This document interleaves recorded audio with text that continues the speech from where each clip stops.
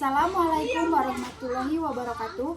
Nama saya Fitri Fatimatu Zahra dengan NIM 857629224. Di sini saya akan melakukan praktikum mandiri fisika mengenai kemagnetan, yaitu tentang percobaan bentuk medan magnet dengan tujuan menunjukkan bentuk medan magnet sebuah magnet batang dengan serbuk-serbuk besi. Adapun alat dan bahan yang saya gunakan adalah kertas putih, magnet, dan serbuk besi. Langsung aja kita ke prakteknya.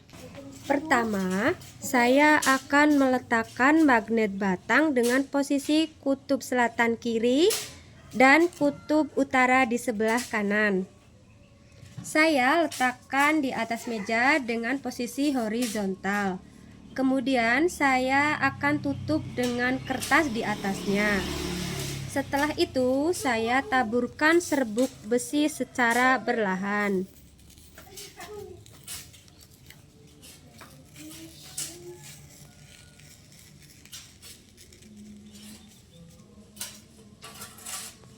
Praktikum ini menunjukkan visualisasi medan magnet di sekitar magnet batang. Garis-garis yang melengkung menunjukkan arah medan magnet yang selalu keluar dari kutub utara magnet dan masuk ke kutub selatan magnet.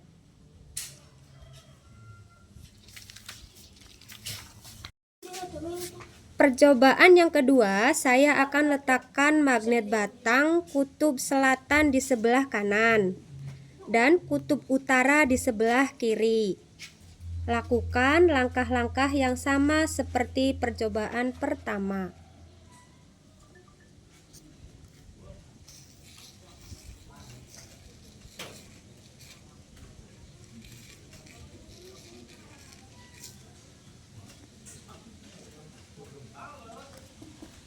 Dari percobaan kedua, setelah saya tukar kutubnya, masih sama. Garis imajiner ini keluar dari kutub utara dan masuk ke kutub selatan.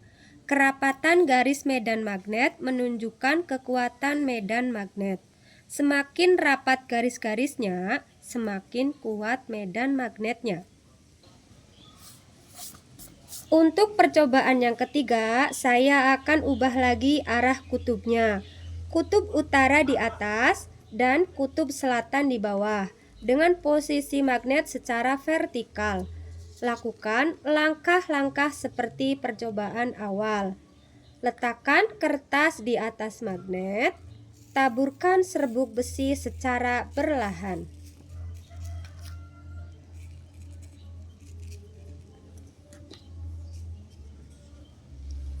Pada percobaan ketiga, setelah saya ubah posisi magnet secara vertikal, hasilnya sama.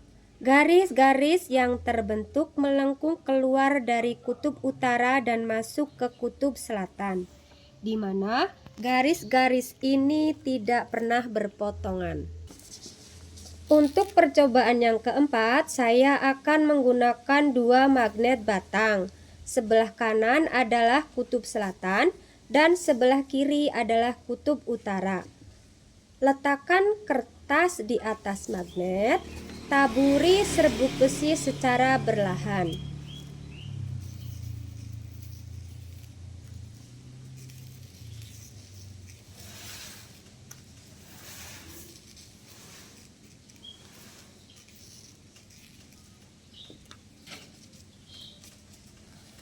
Pada percobaan keempat, setelah saya dekatkan kutub selatan dan kutub utara, garis-garis medan magnet di antara keduanya akan sejajar dan memperkuat gaya magnet, sehingga menghasilkan gaya tarik-menarik. Ini karena kutub yang berbeda akan menarik satu sama lain. Untuk percobaan yang kelima, saya akan mengganti kutub utara dengan kutub selatan. Jadi, sebelah kanan kutub selatan dan sebelah kiri kutub selatan juga. Saya akan meletakkan kertas di atasnya dan menaburkan serbuk besi secara perlahan.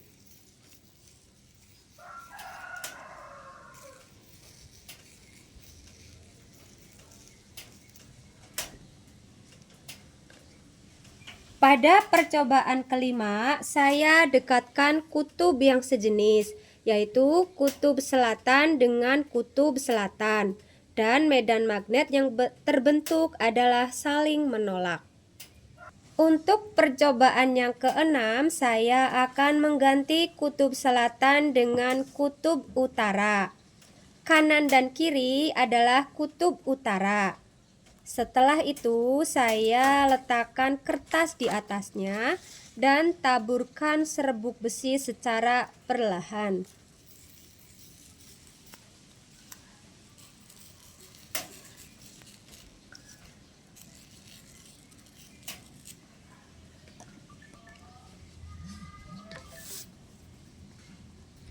Pada percobaan keenam, saya dekatkan kutub utara dengan kutub utara.